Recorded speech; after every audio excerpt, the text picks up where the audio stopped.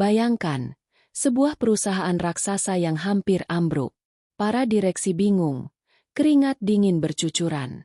Lalu tiba-tiba, seorang pengemis lusuh masuk tanpa diundang. Tidak ada yang tahu, langkahnya akan mengubah segalanya. Inilah kisah nyata yang penuh hikmah. Jangan lupa like video ini. Semoga kebaikan yang kita lakukan membuka jalan rezeki dan mendekatkan kita pada ridho Allah. Langit sore terlihat kelabu dari balik jendela kaca tinggi gedung megah itu. Ruangan rapat di lantai teratas begitu hening, namun ketegangan yang menyelimutinya lebih keras daripada suara apapun. CEO muda bernama Arga duduk di kursi ujung meja. Jas hitamnya rapi, tetapi wajahnya pucat pasi. Di depannya terbentang setumpuk laporan keuangan. Semuanya berwarna merah. Angka-angka kerugian menari seperti hantu yang mengejek, menghantui setiap helaan napasnya. Perusahaan teknologi yang dulu disanjung sebagai cahaya baru industri, kini diambang kehancuran. 2 tahun lalu, Arga dielu-elukan sebagai visioner. Ide-idenya dianggap akan membawa negeri ini sejajar dengan raksasa global. Tetapi kenyataan kini jauh berbeda.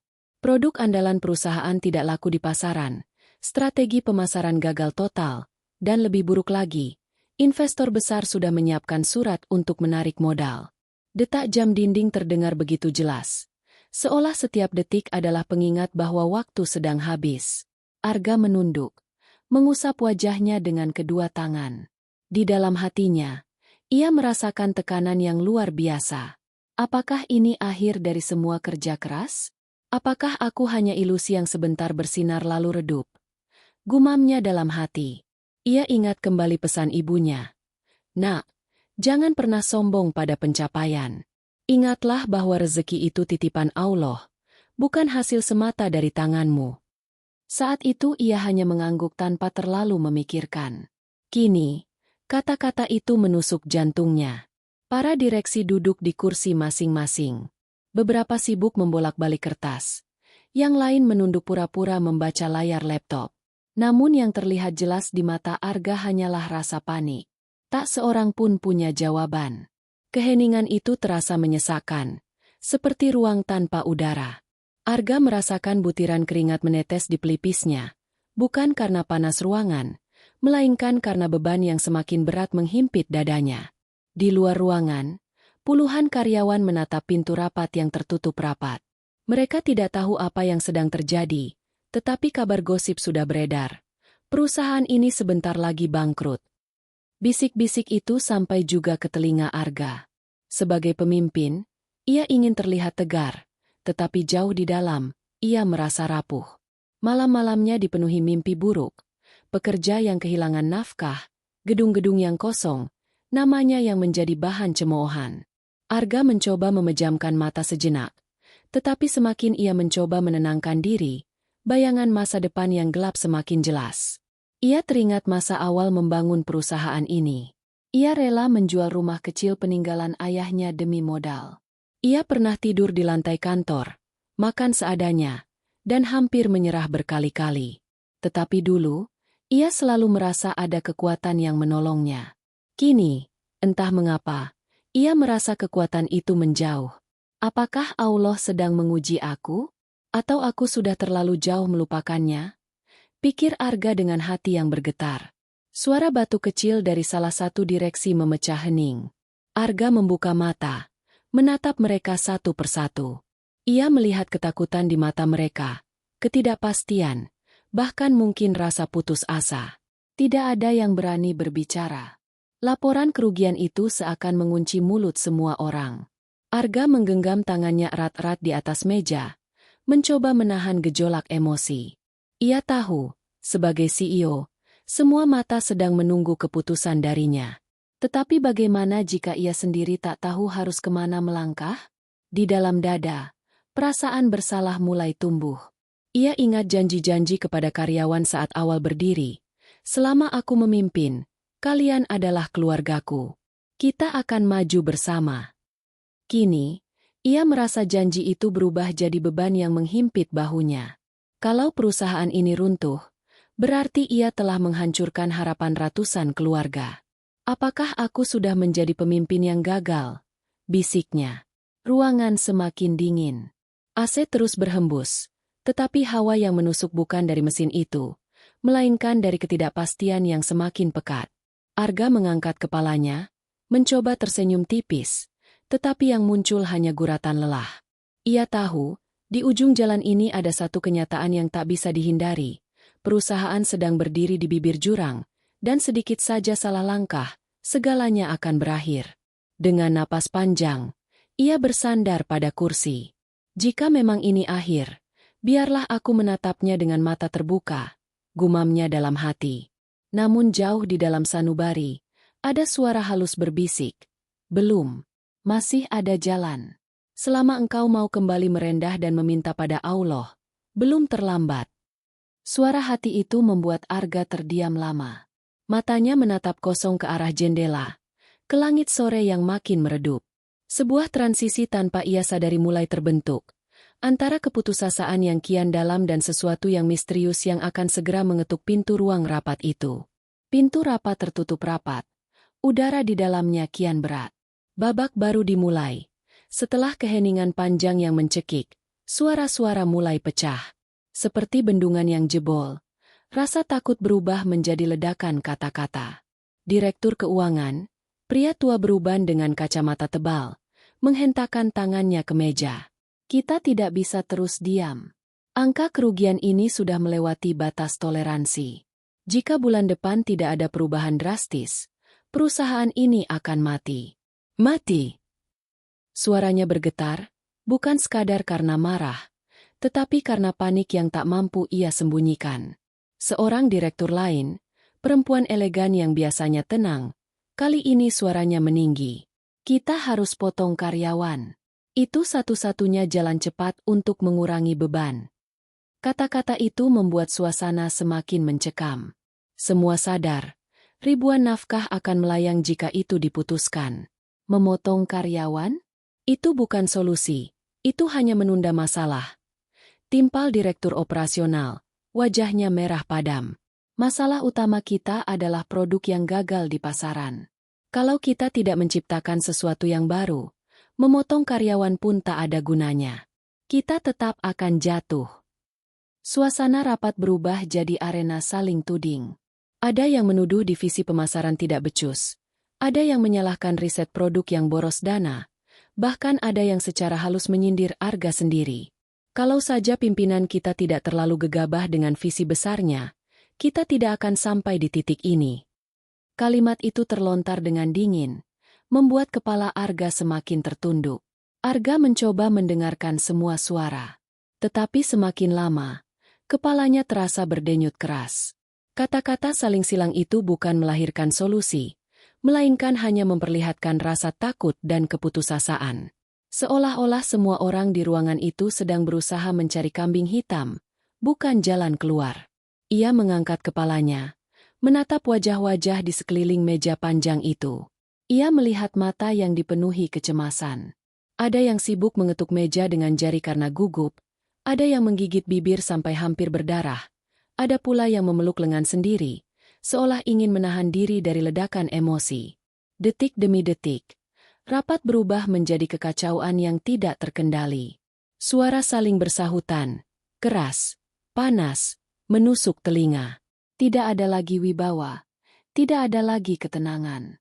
Hanya kepanikan yang merajalela. Arga ingin berdiri, ingin menghentikan semuanya. Tetapi tubuhnya seakan membeku. Jiwanya diliputi dilema. Sebagai pemimpin, ia harus mengambil keputusan. Namun keputusan apa yang bisa ia ambil? Ketika semua jalan tampak buntu, ia merasakan dadanya semakin sesak. Seolah ada batu besar menindih. Di dalam hatinya, muncul rasa bersalah yang semakin dalam. Ia mendengar kembali suara ibunya diingatan, lirih namun tegas. Nak, jangan pernah kau letakkan kebanggaanmu di atas kepentingan orang banyak. Jika engkau lupa pada Allah, maka segala pencapaianmu akan rapuh. Kata-kata itu kini bergaung dalam kepalanya. Arga sadar, ia telah terlalu sibuk mengejar ambisi, hingga jarang menengadahkan tangan di sepertiga malam. Jarang ia mengingat siapa yang memberi kehidupan pada perusahaannya. Di luar ruang rapat, langit mulai gelap. Hujan turun, mengetuk kaca-kaca tinggi gedung itu. Suara gemuruhnya seakan menyatu dengan kegaduhan dalam ruangan. Beberapa direksi bahkan sampai berdiri, menunjuk-nunjuk satu sama lain. Aroma kopi dingin yang tersisa di cangkir hanya menambah rasa getir. Arga menatap papan presentasi yang penuh grafik menurun. Ia melihat garis merah yang semakin merosot, seperti nasib perusahaannya sendiri. Dalam pikirannya, muncul wajah-wajah karyawan yang bekerja keras dari pagi hingga malam, wajah-wajah keluarga mereka yang menggantungkan harapan. Setiap detik, bayangan itu menekan hatinya. Ia mengepalkan tangan di bawah meja, mencoba mengumpulkan sisa keberanian. Apakah aku harus menyerah? Apakah ini jalan buntu? Atau masih ada sesuatu yang belum kulihat? Pertanyaan itu berputar-putar, membuatnya gelisah. Tiba-tiba suara meja dihantam lebih keras. Kita tidak punya waktu. Kita harus memutuskan sekarang juga. Teriak salah satu direksi.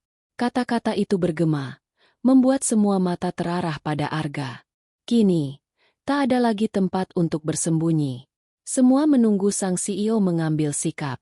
Ruangan yang tadinya bising mendadak hening. Hanya suara hujan di luar yang terdengar. Arga menarik napas panjang. Dadanya naik turun. Ia ingin bicara, tapi suaranya tercekat. Dalam hatinya, ia menjerit. Ya Allah, tunjukkan jalan. Aku tidak tahu lagi harus bagaimana. Suasana tegang itu menggantung. Semua seakan menunggu sesuatu yang besar akan terjadi. Dalam diam itu, denyut jantung Arga terdengar jelas di telinganya sendiri. Ia sadar, 1 detik lagi, rapat ini bisa berakhir dengan keputusan fatal. Dan di titik itulah, transisi menuju sesuatu yang tak terduga mulai mendekat. Ketika hening menggantung seperti benang yang nyaris putus, hujan di luar menabuh kaca, ritmis, sabar, dan dingin.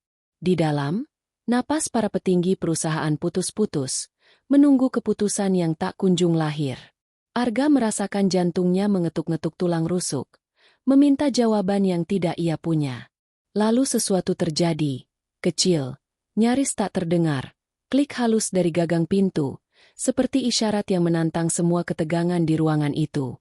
Pintu bergeser, meninggalkan garis cahaya koridor yang pucat. Seorang lelaki berdiri di ambang.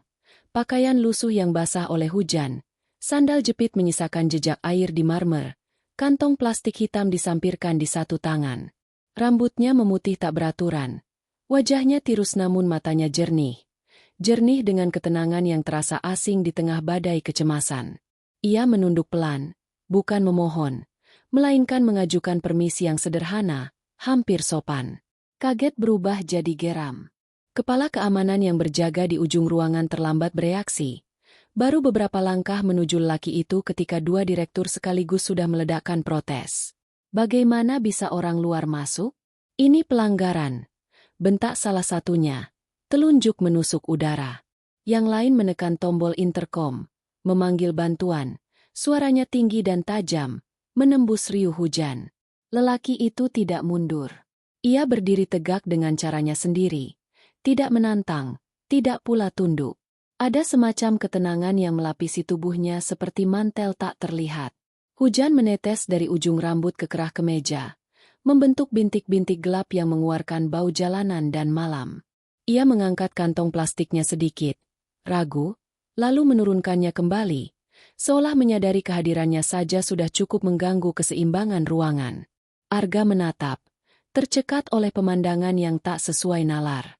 Dunia korporasi dibangun dari akses terbatas, badge, protokol, dan asisten yang menyaring tamu. Tapi kini sebuah celah kecil seolah terbuka begitu saja, menghadirkan seseorang yang tidak seharusnya ada di sini. Aneh, alih-alih marah, yang muncul di dadanya adalah rasa ingin tahu. Di balik rasa ingin tahu itu, berdenyut tipis rasa takut. Takut pada penilaian, pada reputasi, pada potret dirinya sendiri di mata orang-orang yang selama ini ia pimpin. Maaf, lelaki itu berkata. Suaranya parau tapi tenang, seperti suara seseorang yang biasa mengalah pada jalanan namun tidak pada kebenaran. Satu kata itu membuat beberapa pasang alis terangkat. Namun tak satu pun mereda. Anda tidak berhak berada di sini, potong Direktur Keuangan, membetulkan kacamatanya. Ini rapat tertutup. Silakan keluar sebelum kami memanggil pihak berwajib. Lelaki itu tidak membantah. Ia memandang papan presentasi yang masih menampilkan grafik jatuh bebas. Garis merah meluncur curam, angka minus menyala seperti luka. Ia mengamati tak lebih dari 2 detik. Kemudian pupilnya bergeser ke tumpukan laporan di meja, lalu ke tangan Arga yang mengeras di atas kayu. Semua hanya kilasan, namun terasa seperti penilaian yang lengkap. Ia menarik napas pendek, seolah menimbang kata-kata di ujung lidah. Bapak tidak mengerti situasi, kata seorang direktur pemasaran, sinis. Keluar. Ini menyangkut masa depan perusahaan. Sejenak, lelaki itu mengangguk tipis, seperti mengamini sesuatu yang hanya ia pahami. Lalu ia menoleh pada Arga. Pandangan mereka bertemu, bukan tatapan meminta, melainkan tatapan yang bertanya. Sejauh apa engkau sanggup menanggung beban ini sendirian? Arga merasa tatapan itu menembus lapisan-lapisan yang selama ini ia pakai untuk bertahan. Wibawa jabatan, kepastian angka, naskah pidato motivasi yang sudah aus. Ia mendengar lagi desau di dalam hati yang kemarin sempat berbisik lirih saat ia menatap langit kelabu. Kembalilah merendah, mohonlah pertolongan pada Allah. Bisikan itu tak membuatnya tiba-tiba religius. Ia hanya merasakan sesuatu yang menahan tangannya ketika hendak memberi isyarat kepada keamanan untuk menyeret tamu tak diundang itu keluar. Ini ruangan profesional, bukan tempat amal, desis Direktur Operasional, memukulkan pena ke meja. Atau kita mau jadi bahan tertawaan publik? Tawa getir terdengar di sudut lain, penuh kepahitan. Rasa malu merambat cepat, menyentuh semua permukaan. Karpet, kaca, bahkan nama besar perusahaan yang terpampang di dinding. Lelaki itu menurunkan kantong plastik dan menaruhnya di lantai. Pelan, seperti menaruh beban yang terlalu lama ia bawa. Dari dalam kantong, selintas terlihat ujung buku catatan lusuh dan botol air mineral bekas. Ia tidak menggapainya.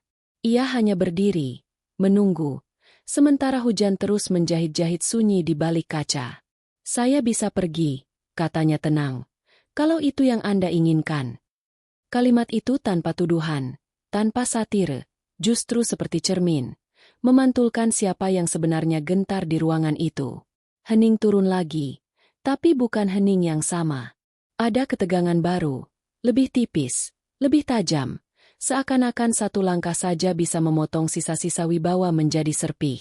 Mata-mata beradu, sebagian menuntut pengusiran, sebagian menagih ketegasan Arga, sebagian lagi diam karena takut salah. Di bawah meja, jari-jari Arga gemetar lalu mengatup. Ia merasakan dua arus menariknya ke arah berlawanan, protokol yang harus dijaga, dan nurani yang menolak menghardik seseorang yang bahkan belum sempat menjelaskan tujuannya. Pak Arga, suara kepala keamanan terdengar, menunggu perintah. Dua petugas sudah berdiri di ambang, siap menjalankan aturan. Arga menoleh. Wajah-wajah menatapnya seperti jarum jam yang bersiap berdentang. Ia menarik udara dalam-dalam, mencoba menimbang kehormatan dan kebijaksanaan dalam satu tarikan napas. Kilatan petir menyambar jauh di luar. Cahayanya menorehkan garis putih di meja rapat. Untuk sesaat, semua terlihat telanjang. Laporan-laporan, ambisi yang retak, lelah yang dipoles dasi sutra, dan lelaki asing yang basah kuyup membawa kantong plastik hitam. Arga berpikir tentang pangkal semua kerusakan yang mereka bicarakan tadi, bukan sekadar strategi yang salah, tetapi hati yang mengeras, telinga yang menutup. Ia teringat ucapan ibunya tentang rezeki yang hanya titipan. Bukan kebetulan, bisiknya pada diri sendiri, bahwa pintu itu terbuka di saat mereka buntu. Arga memindahkan pandangannya sekali lagi pada lelaki itu. Mata jernih itu tidak menuntut tempat duduk, tidak menuntut air hangat, tidak menuntut perhatian. Ia hanya berdiri dan menunggu keadaban. Di tenggorokan Arga, kata-kata menggumpal, berat, tetapi juga melegakan saat bergerak menuju bibir. Sebentar, ucapnya, menahan tangan kepala keamanan yang hendak memberi isyarat.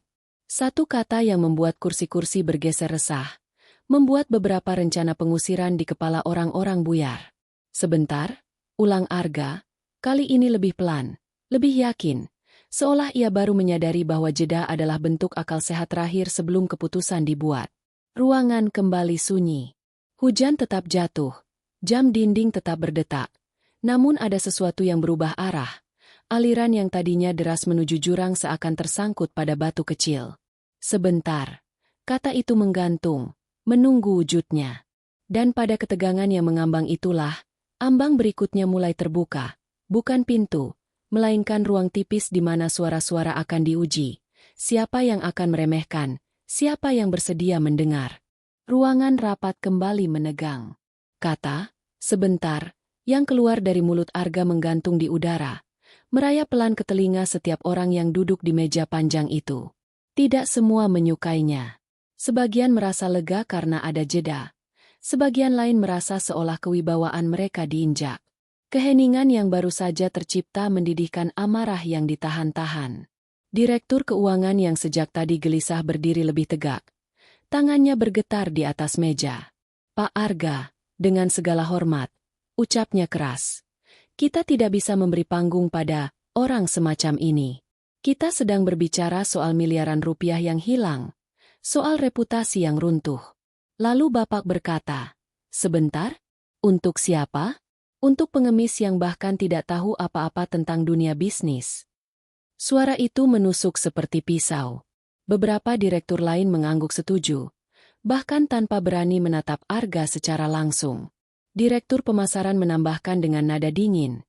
Bayangkan, jika media tahu seorang pengemis masuk ke ruang rapat kita. Apa yang akan mereka tulis? Perusahaan yang hampir bangkrut kini meminta saran dari orang jalanan? Itu akan jadi bahan tertawaan nasional. Tawa kecut terdengar dari sudut meja. Pendek, sarkastik. Mungkin dia bisa lebih baik daripada tim riset kita. Sindir salah satu direktur dengan nada menghina. Lalu disambut gelak kecil yang hambar. Bukan tawa tulus, melainkan tawa getir orang yang ketakutan dan mencari cara untuk menutupi cemasnya. Arga merasakan wajahnya memanas. Kata-kata itu tidak hanya meremehkan lelaki asing yang berdiri basah kuyup di dekat pintu, tetapi juga meremehkan keputusannya sendiri. Ia bisa saja langsung mengubah arah, memberi perintah agar lelaki itu diusir dengan paksa. Namun ada sesuatu di dalam dadanya yang menolak. Ada bisikan lirih yang ia dengar di tengah suara-suara keras itu, suara yang ia kenal sebagai panggilan nurani. Jangan menutup telinga sebelum mendengar. Lelaki asing itu tetap diam. Matanya tidak marah, tidak juga memelas. Ia menatap satu persatu wajah yang melontarkan hinaan, lalu menunduk sebentar, seolah menerima semua kata-kata itu dengan lapang. Ketegarannya justru membuat beberapa orang semakin tersulut. Direktur operasional menepuk meja dengan keras. Kita tidak boleh terganggu. Ini ruang strategi, bukan pasar malam. Dengan membiarkan orang ini di sini, kita mempermalukan diri sendiri. Arga menghela napas panjang. Ia merasa sendirian di tengah orang-orang yang seharusnya mendukungnya. Telinganya berdesing, seperti ruangan dipenuhi dengung lebah. Hanya wajah lelaki asing itu yang tampak jernih di matanya. Kontras dengan wajah-wajah direksi yang penuh kemarahan. Ia tahu, di detik ini ia akan dinilai. Apakah ia pemimpin yang mampu berdiri di atas tekanan, atau boneka yang hanyut oleh suara mayoritas? Dengan suara yang sedikit bergetar, Arga akhirnya bicara. Saya paham kekhawatiran Anda semua. Tapi apa salahnya memberi dia kesempatan 1 menit? 1 menit saja. Jika tidak ada manfaat, kita akhiri. Apakah itu terlalu berat bagi kita? Ruangan bergolak. Beberapa direktur mendengus keras. Ada yang langsung menoleh ke arah lain, menunjukkan protes tanpa kata. Ini gila, Pak. Gumam seorang direktur dengan wajah masam. 1 menit yang Anda berikan bisa menghancurkan kredibilitas kita. Namun lelaki asing itu tetap tidak bicara, hanya menatap Arga, seolah menunggu pintu yang lebih besar dibuka. Keheningan aneh tercipta lagi, sebuah keheningan yang kali ini berbeda. Bukan hening karena takut, melainkan hening karena menunggu sesuatu yang belum terucap. Arga memalingkan wajahnya ke papan presentasi, ke grafik merah yang menukik tajam. Ia tahu, Semua strategi yang selama ini mereka perjuangkan telah gagal. Semua rapat, seminar, konsultasi dengan pakar, tak menghasilkan solusi. Jadi apa salahnya mendengar? Walau dari orang yang sama sekali tak mereka kenal? Direktur keuangan masih bergumam, suaranya rendah namun tajam. Kita sedang diambang jurang, dan Anda ingin mendengar dongeng dari pengemis? Jangan sampai ini jadi aib yang lebih besar dari kebangkrutan itu sendiri. Arga memejamkan mata sejenak, merasakan berat di dadanya. Dalam hati ia berdoa lirih.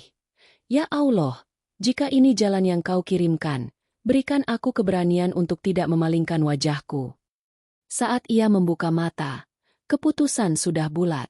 Ia mengangkat tangannya pelan, memberi isyarat pada keamanan untuk menunggu. Biarkan dia tetap di sini, katanya dengan suara yang lebih tenang namun penuh penekanan. Aku ingin mendengar apa yang dia lihat.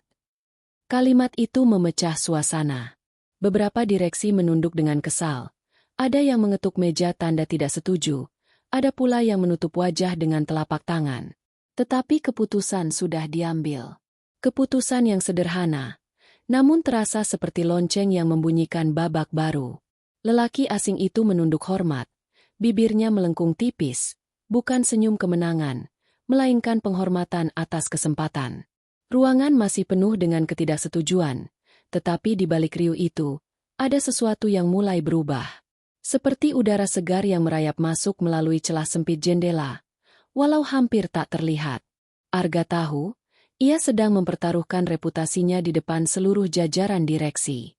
Tetapi hatinya berbisik, inilah momen yang akan menentukan apakah mereka jatuh semakin dalam ke jurang, atau justru menemukan tangga keluar.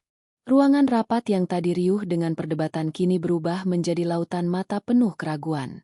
Semua menunggu, sebagian dengan rasa muak, sebagian dengan rasa ingin tahu yang enggan diakui.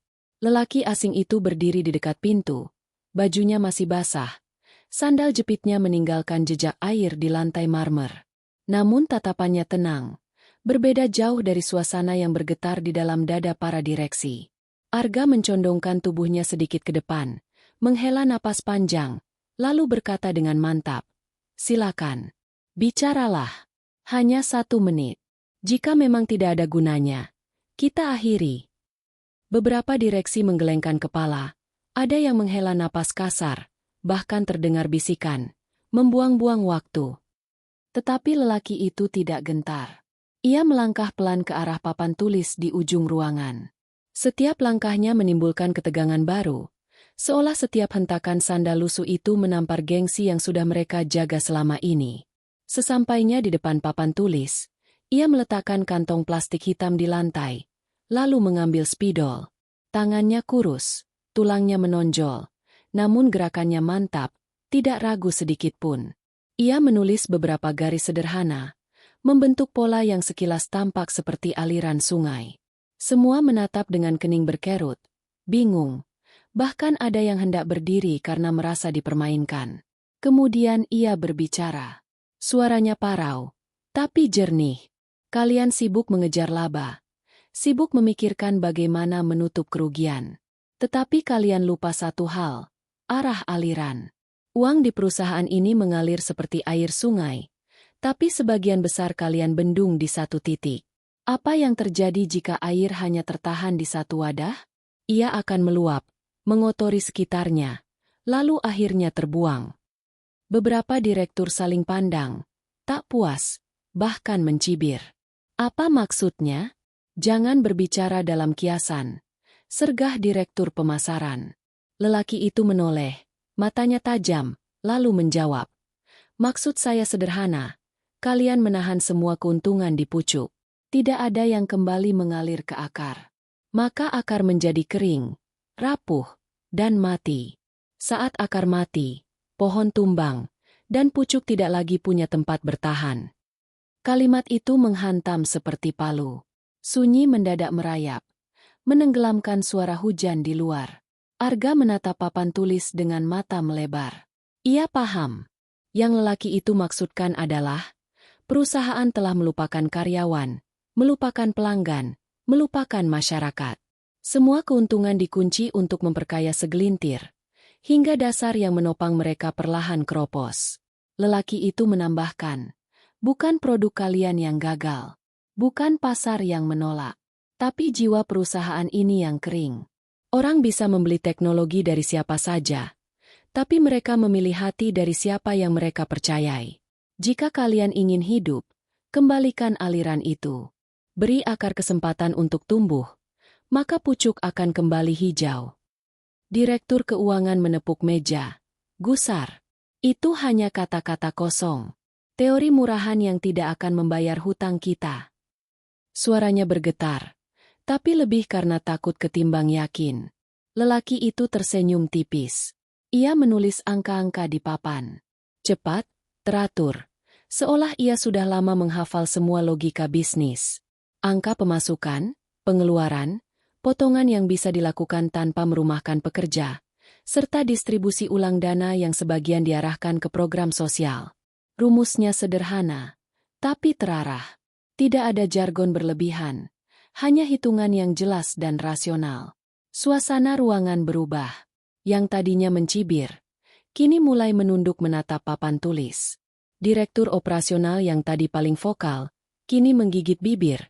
Matanya mengikuti angka demi angka yang ditulis lelaki asing itu. Ia sadar, apa yang dipaparkan bukan hayalan. Ada kemungkinan nyata di dalamnya. Arga terdiam, dadanya bergetar. Bukan hanya karena ide itu masuk akal, tetapi juga karena cara lelaki asing itu menyampaikannya. Tenang, tidak marah meski dihina, tidak meninggi meski direndahkan. Ada wibawa yang lahir bukan dari jabatan, melainkan dari keyakinan. Jika kalian terus mengejar keuntungan semata, kalian hanya akan makin dalam menggali lubang. Tetapi jika kalian mau menyalurkan sebagian aliran itu, kalian akan menemukan sesuatu yang lebih besar daripada laba, keberkahan. Ucapnya pelan, hampir seperti doa.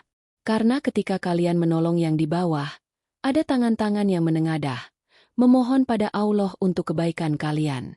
Dan doa itu lebih kuat daripada modal sebesar apapun. Kalimat itu menancap dalam, menimbulkan getaran yang sulit dijelaskan. Beberapa direksi terdiam, bahkan yang paling keras pun tak mampu langsung membalas. Mereka tahu, kata-kata itu bukan sekadar teori. Itu adalah pengalaman, sesuatu yang lahir dari perjalanan panjang yang mungkin penuh luka. Arga menunduk, matanya memanas.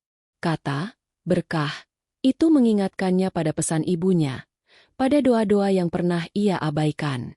Ia merasa seolah pintu kecil telah terbuka, pintu yang selama ini tertutup rapat oleh kesombongan dan ambisi.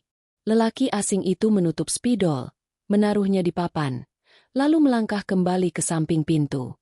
Ia tidak meminta tepuk tangan, tidak memaksa keyakinan. Ia hanya menunduk sedikit, seolah berkata, keputusan ada di tangan kalian. Ruangan kembali hening, tapi bukan hening yang sama seperti sebelumnya.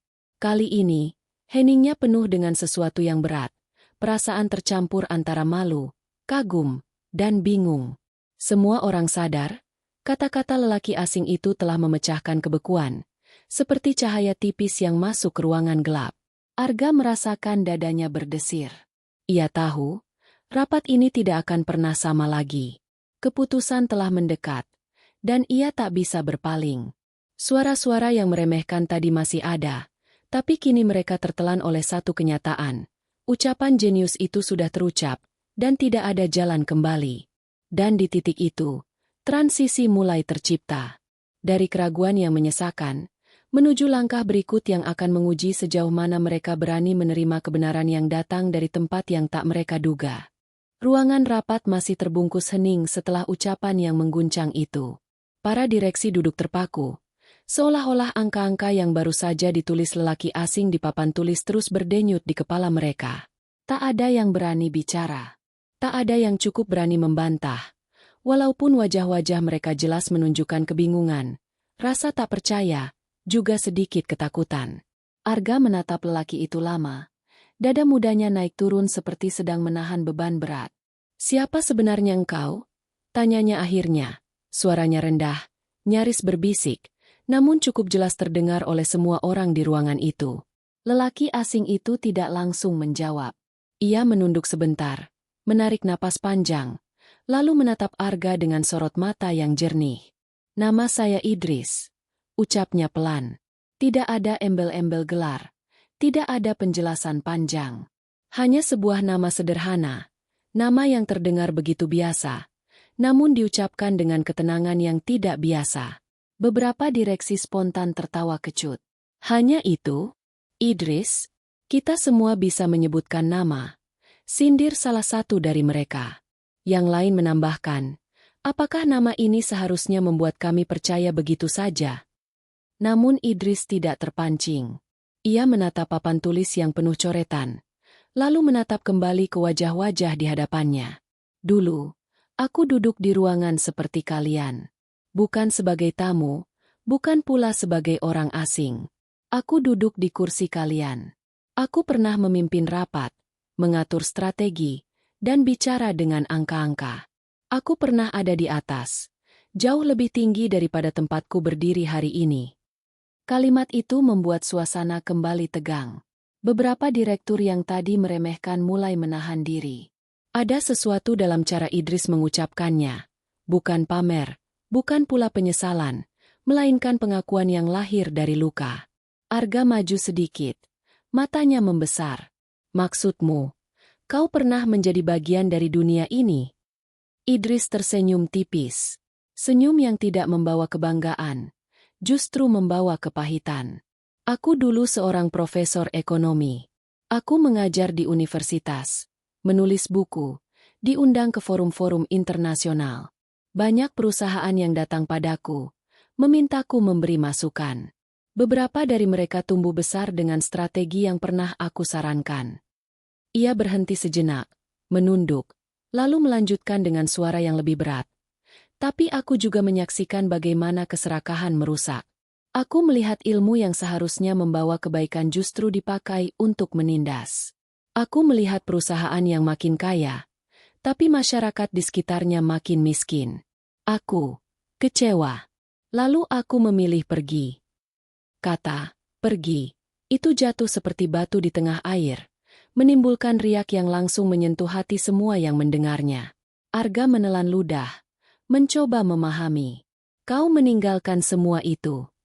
"Ya," jawab Idris singkat. "Aku tinggalkan jabatan. Aku tinggalkan kemewahan. Aku lebih memilih hidup sederhana, meski dianggap gila. Karena aku sadar, kalau aku tetap berada di sana, aku akan ikut tenggelam dalam dosa yang sama. Aku ingin mencari tenang. Aku ingin mencari kembali arti dari semua yang kupelajari." Ruangan kembali sunyi. Para direksi yang tadi keras kepala mulai menundukkan kepala. Tak ada yang berani mencibir lagi. Sosok di depan mereka bukan sekadar pengemis yang tersesat, melainkan seseorang yang pernah berada di puncak, lalu rela turun ke dasar, demi mempertahankan keyakinannya. Idris menatap ke arah jendela, hujan masih menetes pelan, lalu suaranya kembali terdengar lirih.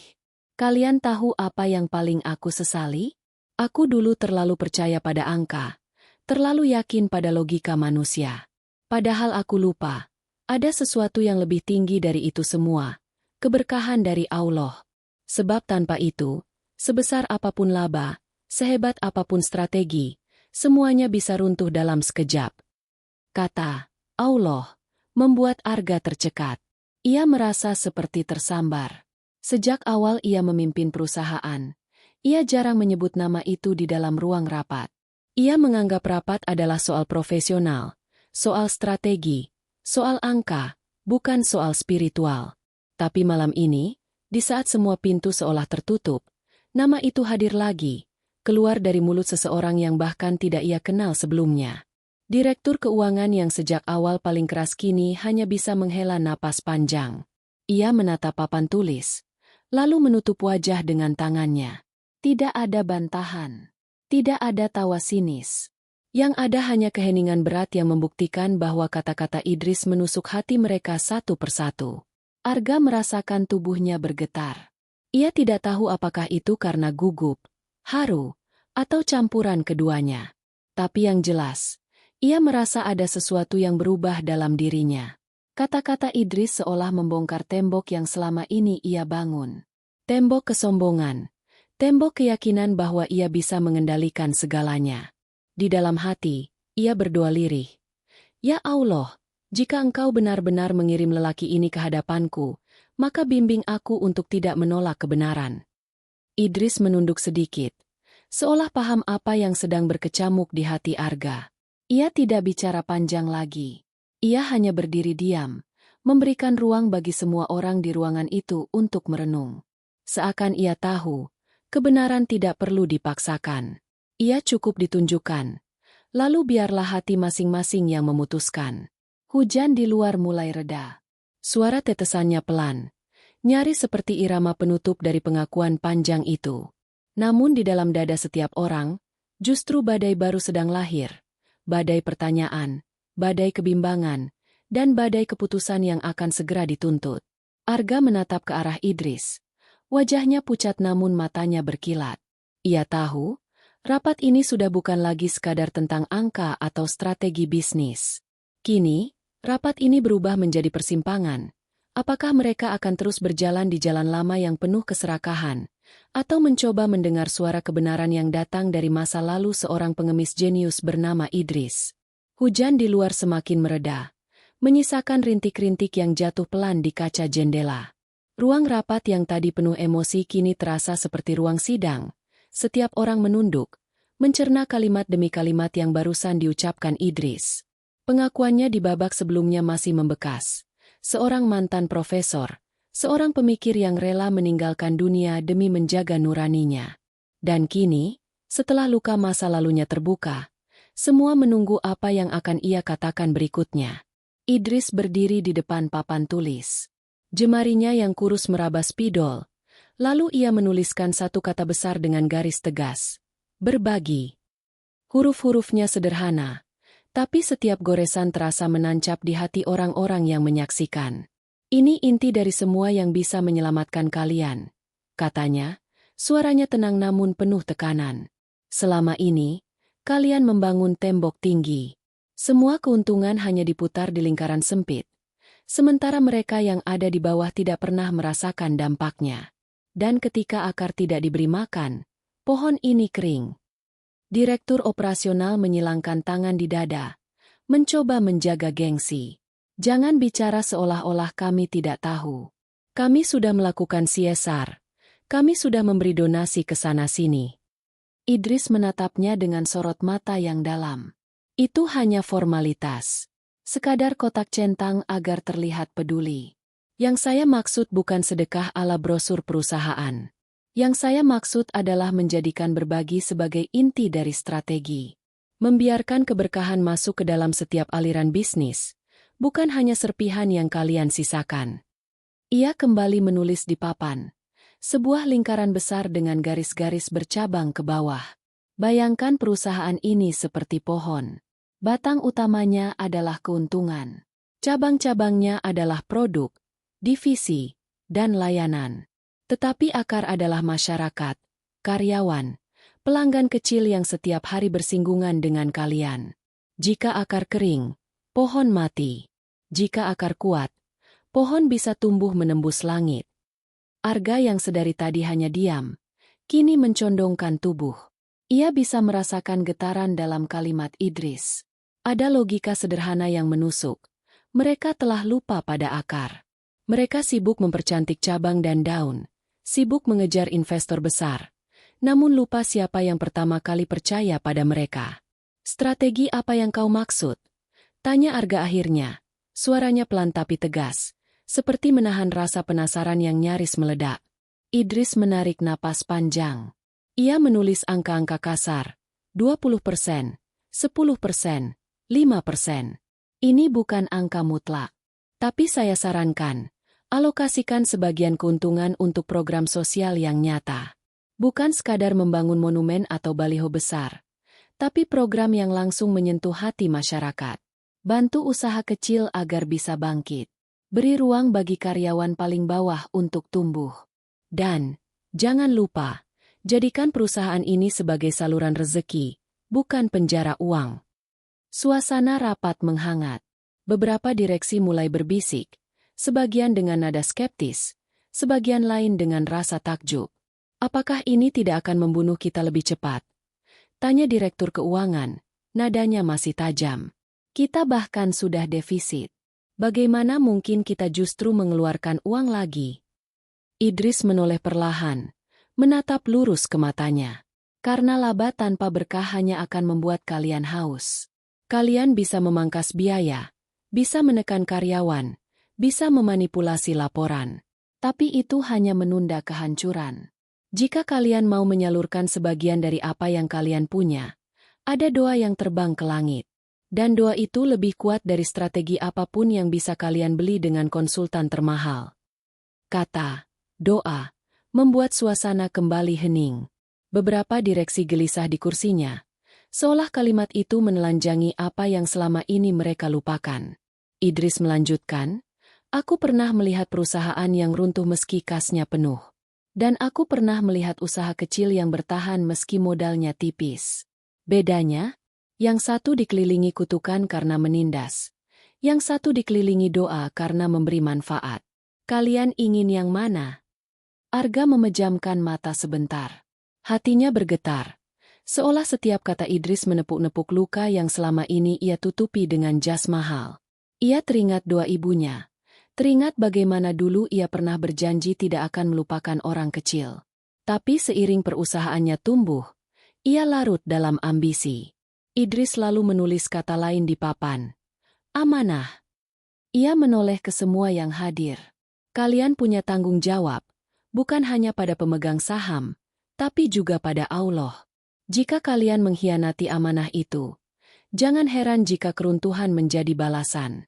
Tapi jika kalian menjaganya, maka jalan keluar yang kalian cari akan datang dari arah yang tidak pernah kalian sangka. Direktur pemasaran yang biasanya keras kini terdiam. Wajahnya menegang, tetapi matanya mulai kehilangan sinar perlawanan. Sementara itu, Direktur HR yang duduk di ujung meja menunduk, matanya berkaca-kaca, seolah baru saja diingatkan tentang sesuatu yang lama terkubur. Arga akhirnya membuka suara. Nada suaranya lirih tapi penuh rasa sakit. Apa kau yakin strategi ini bisa menyelamatkan kita? Idris mengangguk. Mantap, aku tidak menjanjikan keajaiban instan. Tapi aku yakin, jika kalian kembali jujur, jika kalian kembali berbagi, jika kalian kembali menegakkan amanah, maka pertolongan Allah akan datang. Itu janjinya, bukan janji manusia. Suasana rapat mencapai titik yang berbeda. Tidak ada lagi teriakan, tidak ada lagi sindiran. Yang tersisa hanya renungan. Ketegangan yang kini bercampur dengan harapan samar-samar. Arga menatap papan tulis sekali lagi. Kata berbagi dan amanah terpampang jelas. Dua kata sederhana, tapi terasa jauh lebih kuat daripada puluhan strategi canggih yang pernah ia dengar dari konsultan. Dan di dalam dirinya, perlahan, tumbuh sebuah keyakinan baru. Bahwa mungkin, justru melalui lelaki asing inilah Allah sedang membuka jalan keluar dari jurang yang hampir menelan mereka. Hening menggantung lama di ruang rapat setelah kata-kata Idris berhenti mengalir. Spidol yang baru saja ia letakkan di meja masih bergetar sedikit, seakan ikut merekam ketegangan yang belum terurai. Kata berbagi dan amanah tertulis besar di papan, seperti dua panah yang mengarah lurus ke hati semua yang hadir. Namun, tak ada yang berani bicara lebih dulu. Akhirnya, Direktur Keuangan yang sejak tadi keras kepala menghela napas kasar. Saya tidak bisa menerima ini. Maaf, tapi ini gila. Kita sudah diambang kehancuran. Dan dia mengusulkan agar kita membuang uang untuk orang lain? Itu sama saja bunuh diri. Wajahnya merah, urat di lehernya menegang. Nadanya penuh kemarahan bercampur ketakutan. Direktur pemasaran langsung mengangguk, ikut menambahkan. Ini bukan strategi. Ini idealisme murahan. Dunia bisnis tidak berjalan dengan doa, tapi dengan angka. Jika kita lakukan ini, investor akan lari semakin jauh.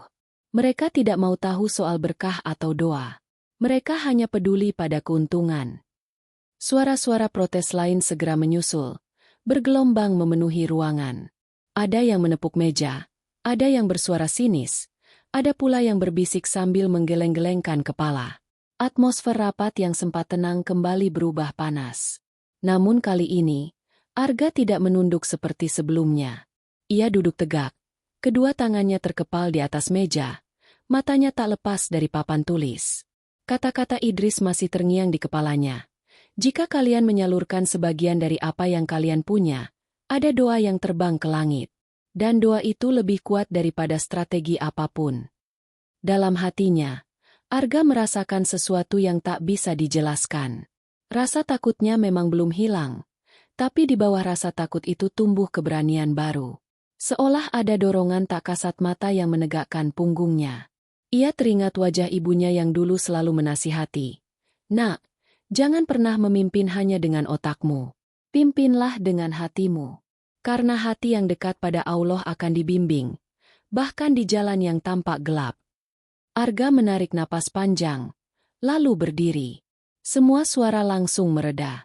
Tatapan puluhan mata menancap padanya. Sebagian penuh penolakan, sebagian penuh rasa ingin tahu. Dengan suara mantap, ia berkata, "Aku sudah mendengar pendapat kalian. Aku tahu, ide ini terdengar gila. Tapi justru di titik inilah kita harus berani melakukan sesuatu yang berbeda. Kalau kita terus berjalan dengan pola lama, kita hanya akan semakin jatuh." Direktur keuangan memotong. Suaranya tinggi. "Arga, kau tidak bisa mempertaruhkan masa depan perusahaan dengan mimpi orang asing. Ini bukan waktunya bereksperimen." Arga menoleh tajam. "Kita sudah mencoba semua cara yang kau sebut realistis. Kita sudah membayar konsultan mahal, kita sudah memangkas biaya, kita sudah memutar strategi pemasaran. Hasilnya, kita tetap jatuh. Apa yang kita punya sekarang hanyalah jalan buntu. Maka aku memilih jalan baru." Suasana makin panas. Beberapa direksi mulai berteriak bersamaan. "Tidak masuk akal. Kita bisa dipenjara karena salah kelola. Investor akan menuntut." Suara-suara itu bertabrakan, membuat ruangan kembali gaduh. Idris hanya berdiri diam di sudut, menunduk, tidak berusaha membela dirinya. Seolah ia tahu, keputusan terakhir ada di tangan Arga. Arga mengangkat tangan, mencoba menenangkan ruangan. "Dengar aku baik-baik," katanya dengan suara tegas. "Aku memutuskan, kita akan menjalankan strategi yang Pak Idris usulkan. Kita akan jadikan berbagi dan amanah sebagai dasar kebijakan kita. Mulai hari ini." Kata-kata itu jatuh seperti petir. Ruangan terhenyak. Beberapa orang bahkan langsung berdiri, tak percaya dengan apa yang baru saja mereka dengar. Direktur pemasaran menatap Arga dengan mata melotot. "Kau sudah gila," teriaknya. "Kau akan menyeret kita semua ke jurang lebih cepat." Arga menatapnya lurus. "Kalau itu yang kau percaya, silakan mundur. Aku tidak akan memaksa. Tapi aku tidak akan lagi memimpin perusahaan dengan cara lama. Aku memilih untuk percaya pada jalan ini." Keheningan mendadak menggulung, menelan semua suara protes. Direktur HR yang sejak tadi hanya diam akhirnya bersuara, suaranya bergetar. Mungkin inilah yang harus kita coba. Aku sudah melihat sendiri betapa karyawan di bawah mulai kehilangan harapan. Kalau kita terus memangkas mereka, kita bukan hanya kehilangan tenaga, kita kehilangan jiwa perusahaan ini." Ucapannya membuat beberapa kepala menoleh. Ada yang terkejut, ada yang merenung. Sekilas, bayangan keraguan mulai muncul di wajah-wajah yang tadi paling keras menolak. Arga merasakan dadanya berdebar kencang. Namun ia tidak bergeming. Ia tahu, apa yang ia putuskan bisa mengakhiri karirnya, bahkan mungkin menghancurkan namanya di mata investor. Tapi anehnya, ia tidak merasa takut seperti sebelumnya. Ada ketenangan yang sulit dijelaskan, seolah ada tangan yang menepuk bahunya, menguatkan dari balik tirai tak kasat mata. Idris menatapnya dengan sorot mata penuh penghormatan. Ia tidak tersenyum lebar, hanya anggukan kecil, seolah mengakui keberanian yang akhirnya lahir dari dalam diri Arga. Rapat itu pun tidak lagi sama. Keputusan gila telah diambil, menantang logika bisnis, menantang suara mayoritas, bahkan menantang nasib perusahaan yang di ujung jurang. Tetapi justru dari keberanian itulah, arah baru mulai terbuka. Dan dalam keheningan yang menutup rapat malam itu, Arga tahu satu hal pasti, Ia baru saja melangkah ke jalan yang akan menguji bukan hanya perusahaannya, tetapi juga imannya. Sebuah jalan yang tidak ada kepastian di mata manusia, tetapi ada harapan besar di mata Allah. Hari-hari setelah keputusan berani itu menjadi babak baru dalam sejarah perusahaan. Rapat yang ditutup dengan protes, cemoohan, dan kemarahan, ternyata meninggalkan bekas yang jauh lebih dalam daripada yang dibayangkan. Beberapa direksi mengundurkan diri, sebagian lain memilih diam dengan wajah muram, dan hanya segelintir yang berani mendukung Arga. Namun, meskipun banyak yang menolak, Arga tetap berjalan di jalur yang sudah ia pilih. Strategi berbagi dan amanah yang diajarkan Idris. Pekan pertama terasa seperti badai. Investor mengirimkan surat protes, mempertanyakan keputusan yang dianggap tidak masuk akal. Media mencium aroma kegagalan dan menuliskan berita sinis. Perusahaan raksasa membakar diri sendiri dengan kebijakan aneh. Beberapa karyawan pun ragu. Bisik-bisik muncul di lorong kantor, mempertanyakan kewarasan pimpinan mereka. Namun Arga tidak mundur. Ia menyalurkan sebagian dana perusahaan untuk program sosial yang nyata. Bukan sekadar iklan atau pencitraan, melainkan bantuan langsung. Perusahaan mendirikan program pelatihan gratis bagi UMKM kecil, membantu mereka memasarkan produk secara digital. Sebagian dana dipakai untuk beasiswa anak-anak karyawan lapisan terbawah, dan sebagian lagi dialirkan untuk kegiatan kemanusiaan di daerah sekitar pabrik. Reaksi awal penuh cibiran. Apa gunanya membantu orang lain kalau kita sendiri sekarat? Begitu komentar tajam dari beberapa kalangan. Tetapi perlahan, sesuatu yang tak terduga mulai muncul. Pelanggan yang dulu meninggalkan produk mereka karena merasa tidak lagi percaya, mulai kembali melirik. Bukan karena harga lebih murah, bukan karena promosi besar-besaran, tapi karena berita tentang perusahaan yang berani memberi di tengah krisis mulai menyebar. Artikel yang tadinya sinis berubah menjadi kisah inspiratif. Media menulis ulang dengan judul baru, perusahaan yang hampir ambruk kini bangkit dengan filosofi berkah. Investor yang sempat menolak, justru melihat gelombang perhatian publik yang positif. Mereka mungkin tidak paham soal keberkahan, tapi mereka paham soal citra. Perlahan, kepercayaan kembali menetes masuk, satu demi satu. Di dalam perusahaan, perubahan terasa lebih dahsyat. Karyawan yang tadinya murung kini bekerja dengan mata berbinar. Mereka merasa dihargai. Ketika program beasiswa diumumkan, beberapa karyawan menangis terbuka, memeluk anak-anak mereka yang kini bisa melanjutkan sekolah. Suasana kantor yang dulu penuh ketakutan berubah jadi ladang semangat baru. Produktivitas meningkat, bukan karena ancaman, tapi karena hati mereka kembali hidup. Arga menyaksikan semuanya dengan mata berkaca-kaca. Malam-malam yang sebelumnya penuh mimpi buruk kini berubah menjadi malam syukur. Ia masih harus menghadapi banyak tantangan.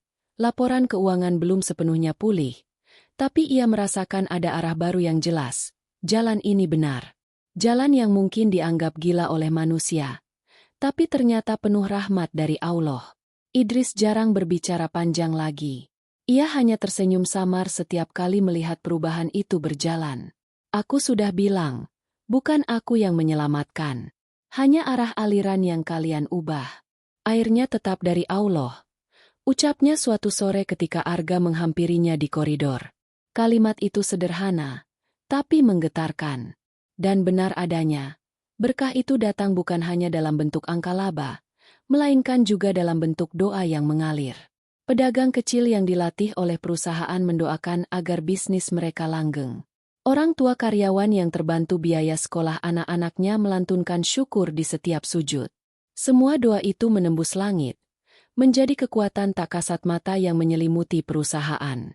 Direktur-direktur yang dulu paling keras menolak mulai bungkam. Bahkan beberapa di antaranya perlahan luluh. Mereka tidak lagi bisa membantah ketika melihat grafik penjualan naik kembali, bukan karena trik pemasaran, melainkan karena kepercayaan masyarakat yang pulih. Produk yang dulu dianggap mati perlahan hidup lagi, karena kini setiap pembeli merasa membeli sesuatu yang membawa manfaat, bukan sekadar barang. Arga berdiri di balkon kantornya suatu malam, menatap lampu-lampu kota. Ia menarik napas panjang, lalu mengangkat wajah ke langit yang dipenuhi bintang. Dalam hati ia berbisik, "Ya Allah, terima kasih. Aku hampir kehilangan segalanya. Tapi engkau menunjukkan jalan melalui seorang yang bahkan tak terpandang di mata dunia. Bimbing aku agar tidak kembali sombong." Air matanya menetes tanpa ia sadari. Bukan air mata kelemahan, melainkan air mata lega.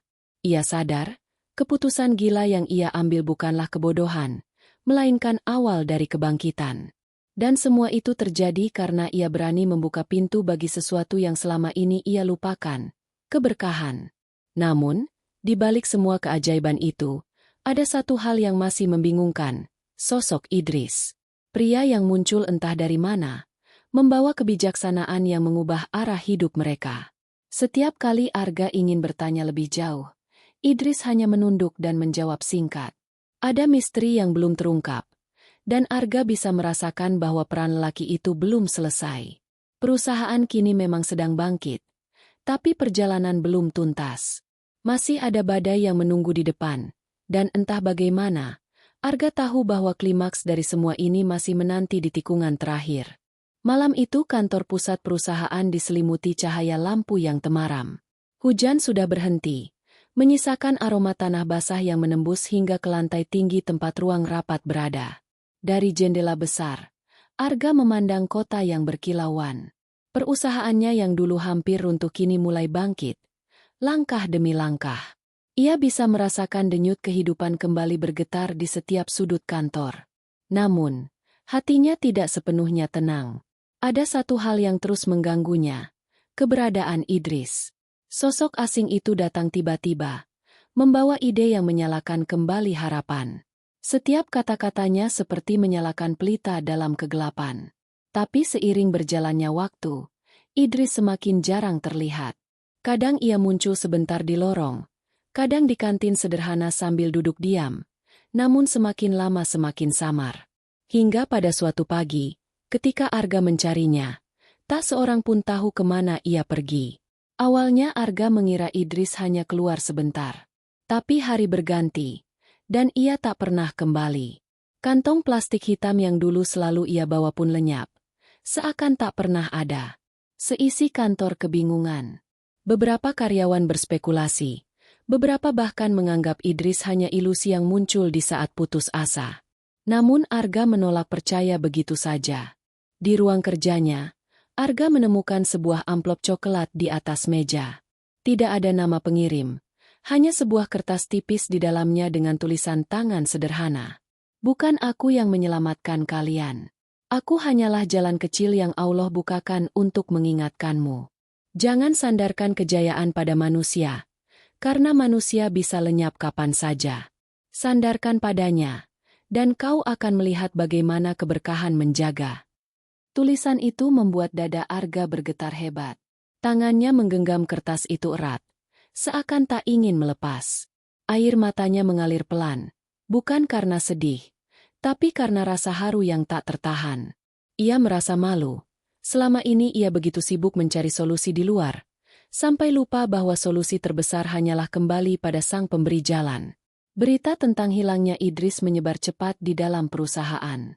Banyak yang bertanya-tanya, siapa dia sebenarnya? Bagaimana mungkin seorang pengemis bisa menulis strategi bisnis begitu rapi? Apakah benar dia mantan profesor? Atau ada sesuatu yang lebih dari itu? Pertanyaan itu bergema, namun tak ada jawaban. Idris telah pergi tanpa jejak, meninggalkan hanya kenangan dan pesan singkat itu. Bagi sebagian orang, kepergiannya menimbulkan rasa kecewa. Mereka berharap Idris tetap ada, memberi arahan di setiap langkah. Tapi Arga justru menyadari, inilah ujian sesungguhnya. Selama ini mereka mungkin terlalu bergantung pada figur Idris, padahal yang seharusnya mereka pegang adalah nilai yang ia titipkan. Hari-hari berikutnya, Arga berdiri di hadapan seluruh karyawan dalam sebuah pertemuan besar. Ruangan penuh sesak, ratusan mata memandangnya, menunggu kata-kata sang pemimpin. Arga membawa kertas kecil yang ditinggalkan Idris. Suaranya bergetar saat ia membacakan kalimat itu. Ketika selesai, ia menatap mereka semua dengan mata basah. "Kita sering lupa," katanya, Bahwa rezeki bukan semata hasil kerja keras kita. Ada tangan tak terlihat yang menentukan. Idris sudah mengingatkan kita, keberkahan lebih penting daripada keuntungan semata. Mulai hari ini, kita tidak hanya akan bekerja untuk angka, tapi juga untuk doa. Karena doa itulah yang menjaga kita dari runtuh. Sorak-sorai tak terdengar. Yang ada hanya keheningan. Lalu isak pelan dari beberapa karyawan. Mereka merasakan kata-kata itu lahir dari hati, bukan sekadar pidato. Seorang pekerja bagian gudang maju ke depan, menunduk dalam, lalu berkata, "Terima kasih, Pak. Karena kami merasa bukan hanya mesin, tapi manusia yang dihargai. Semoga Allah menjaga langkah kita." Momen itu menjadi puncak yang menggetarkan semua yang hadir. Arga berdiri tegak, merasakan getaran hangat menjalari tubuhnya. Ia tahu, inilah klimaks perjalanan yang penuh luka dan keajaiban.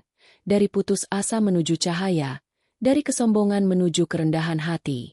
Namun di balik rasa haru itu, ada sesuatu yang tidak bisa ia lupakan. Tatapan terakhir Idris sebelum menghilang. Tenang, damai, seolah membawa rahasia yang tak akan pernah sepenuhnya terbuka. Apakah ia benar hanya seorang profesor yang kecewa pada dunia? Atau lebih dari itu, utusan yang dikirimkan Allah untuk mengguncang kesadaran mereka? Arga tidak pernah mendapat jawabannya. Tapi ia tidak lagi merasa harus tahu. Karena yang terpenting bukan siapa Idris, melainkan apa yang ia tinggalkan. Keyakinan bahwa keberhasilan tanpa keberkahan hanyalah fata morgana. Di malam sunyi setelah pertemuan itu, Arga menatap langit penuh bintang. Angin berembus lembut, seakan membawa pesan yang sama dengan yang tertulis di kertas itu. Ia menutup mata, berbisik dalam hati, "Ya Allah, jika ini jalan MU, bimbinglah aku agar tidak berpaling lagi. Jangan biarkan aku kembali terbuai oleh kesombongan." Dan di titik itu, ia sadar, hilangnya Idris bukan akhir, melainkan permulaan. Permulaan bagi dirinya, bagi perusahaannya, dan bagi setiap orang yang memilih percaya bahwa di balik setiap ujian, selalu ada tangan Allah yang membukakan pintu tak terduga. Begitulah klimaksnya. Bukan kemenangan yang gegap gempita, bukan pula keajaiban yang mencolok, melainkan kesadaran yang menghunjam hati. Kesadaran bahwa penyelamat sejati bukanlah manusia, tapi keberkahan dari Allah yang datang pada mereka yang berani kembali rendah hati.